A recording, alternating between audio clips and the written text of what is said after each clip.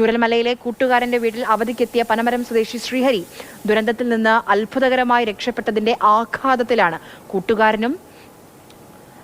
കൂട്ടുകാരന്റെ കുടുംബത്തിലെ 6 വ്യക്തികളെയും കുത്തിയൊലിച്ചെത്തിയ വെള്ളം കൊണ്ടുപോയപ്പോൾ ശ്രീഹരി മാത്രമാണ് രക്ഷപ്പെട്ടത്. എൻ്റെ മോനാണ് ശ്രീഹരി. ചൂരൽമല അപകടം സംബന്ധിച്ച് ഹോസ്പിറ്റലാണ്. എൻ്റെ വീട് കോളേരിയാണ്. കോളേരി അവൻ ഒരു സുഹൃത്തിൻ്റെ വീട്ടിൽ വന്നതാണ്. സുഹൃത്തിൻ്റെ കുടുംബം തന്നെ മൊത്തം തന്നെ ആ അപകടത്തിൽ നഷ്ടപ്പെട്ടിരുന്നു. അത് ഞങ്ങളെല്ലാവരും കിടന്നുറങ്ങുമായിരുന്നു. അപ്പം ഞങ്ങൾ മൊത്തം വീട്ടിൽ 7 പേരുണ്ടായിരുന്നു. അപ്പം ഞാനും അവനും കൂടെ ഒരുമിച്ച് ഒരു കട്ടിലയിലെ കിടന്നുറങ്ങിക്കൊണ്ടിരുന്നത്. കാര്യം ഞങ്ങൾ ഒന്നും അറിഞ്ഞില്ല. ഞങ്ങളെ ചെളിയും മണ്ണും കൂടെ വന്നിട്ട് എടുത്തുകൊണ്ട് പോയപ്പോഴാണ് ഞങ്ങൾ അറിയുന്നത്.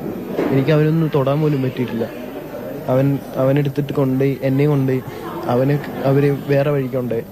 എന്നെ തിണ്ടിൻ്റെ അരികിൽ കൂടെ കൊണ്ടുപോയപ്പോൾ എനിക്കൊരു തുണിയിൽ പിടുത്തം കിട്ടിയതാണ്. ഞാനിട്ട് അവിടുന്ന് കയറിയിട്ട്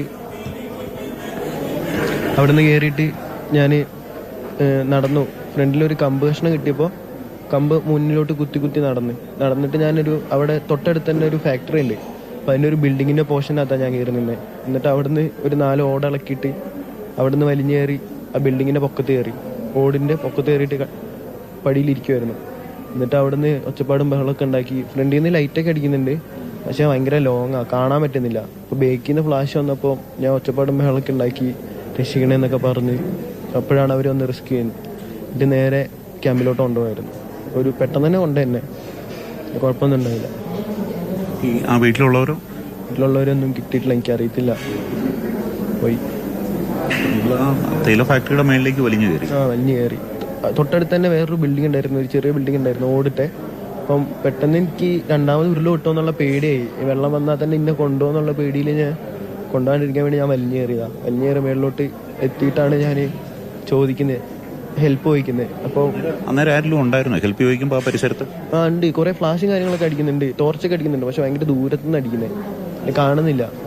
എന്നെ ആ ഫാക്ടറീൻ്റെ ഇപ്പുറത്തെ സൈഡിൽ നിന്ന് അടിക്കുന്നത്, ഞാൻ അപ്പുറത്തെ സൈഡിലോ. അപ്പം അവിടുന്ന് എനിക്ക് പേടിയായി കിട്ടുമോന്ന്.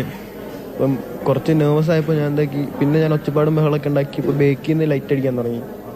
അപ്പം തേയിലത്തോട്ടത്തിൻ്റെ അവിടെ നിന്ന് ലൈറ്റ് അടിക്കാൻ തുടങ്ങിയപ്പോൾ കുറച്ച് ആശ്വാസമായിട്ട് ഞാൻ അവരെ വിളിച്ച് ഒച്ചപ്പാടും ബഹളം ഉണ്ടാക്കിയപ്പോൾ അവർ കറക്റ്റ് കണ്ട് എന്നെ 2 പേര് വന്ന് തൂക്കി ഇറക്കി, ഏണിക്ക് വെച്ച് ഇറക്കി എന്നെ അവിടെ നിന്ന് കൊണ്ടുപോയിരുന്നു. ഭാഗ്യത്തിനെന്തോ കുഴപ്പമൊന്നും പറ്റിയില്ല. പെട്ടെന്നാണോ ഈ സംഭവിച്ചത്? മണ്ണെല്ലാം കൂടെ ഒഴിവ്? ഞങ്ങൾ കിടന്നുറങ്ങിക്കൊണ്ടിരിക്കുകയായിരുന്നു. ഞാനും ഇങ്ങോട്ട് ഞങ്ങളെല്ലാവരും കൂടെ ഒരു സുഹൃത്തിൻ്റെ പേര് ശരൺ എന്നാ പേര്. ഞങ്ങളെല്ലാവരും വീട്ടുകാരെല്ലാവരും കൂടെ ഒരുമിച്ച് ഭക്ഷണമൊക്കെ കഴിച്ച് കിടന്ന് ഞാൻ ഒന്ന് ടോയ്ലറ്റൊക്കെ പോയി, ബാത്റൂമിലൊക്കെ പോയി വന്ന് ഇപ്പോൾ അവിടെ വന്നപ്പോഴാണ് ഉരുളോട്ടിപ്പം കറക്റ്റ് അറിയത്തില്ല, ഒരു 2 മണിയൊക്കെ ആയി കാണും ഏകദേശം. ഞാൻ ഒരു 11 മണിയൊക്കെ ആയപ്പം മൂത്രമൊഴിക്കാനൊക്കെ പോയി വന്ന്, പിന്നെ അച്ഛൻ കുറച്ച് കടിയൊക്കെ കൊണ്ടുവന്നിട്ടുണ്ടായിരുന്നു. അപ്പോൾ അതൊക്കെ കഴിച്ച് ഞങ്ങൾ രണ്ടാമത് കിടന്ന് ഉറങ്ങിയിട്ടാണ് പിന്നെ ഈ സംഭവം ഉണ്ടായത്. അപ്പം എൻ്റെ മേത്ത് കൂടെ ഇങ്ങനെ ചെളിയും മണ്ണും കയറി എന്നെ ഉന്തിക്കൊണ്ട് പോയപ്പോഴാണ് ഞാൻ അറിയുന്നത് ഞാൻ പെട്ടുന്ന്. പിന്നെ മൊത്തം എനിക്കൊരു പേടിയായിരുന്നു, രക്ഷപ്പെടുമോ മരിക്കുമോ എന്നുള്ളത്. എങ്ങനെ എന്തോ രക്ഷപ്പെട്ടു. ഞാൻ ഷെറിൻ്റെ കൂടെ തന്നെ ഏവിയേഷൻ പഠിക്കുകയാണ് കോഴിക്കോട്. അപ്പം അങ്ങനെ അവൻ്റെ അമ്മ വിളിക്കുന്നുണ്ടായിരുന്നു, എനിക്കറിയാം അമ്മേനെ, വീഡിയോ കോൾ ചെയ്തിട്ടാണെങ്കിലും. അപ്പോൾ വിളിക്കുന്നുണ്ട്, പോയി എല്ലാവരും പോയി. അപ്പം വിളിച്ച് ഞാനടക്കം 7 പേരുണ്ടായിരുന്നു. വിളിക്കുന്നുണ്ട് വാടാന്ന് പറഞ്ഞിട്ട്. അപ്പം ഓന് നാട്ടിൽ പോയിട്ട് ഒരു 6 മാസം, ഒരു 3-4 മാസമായി.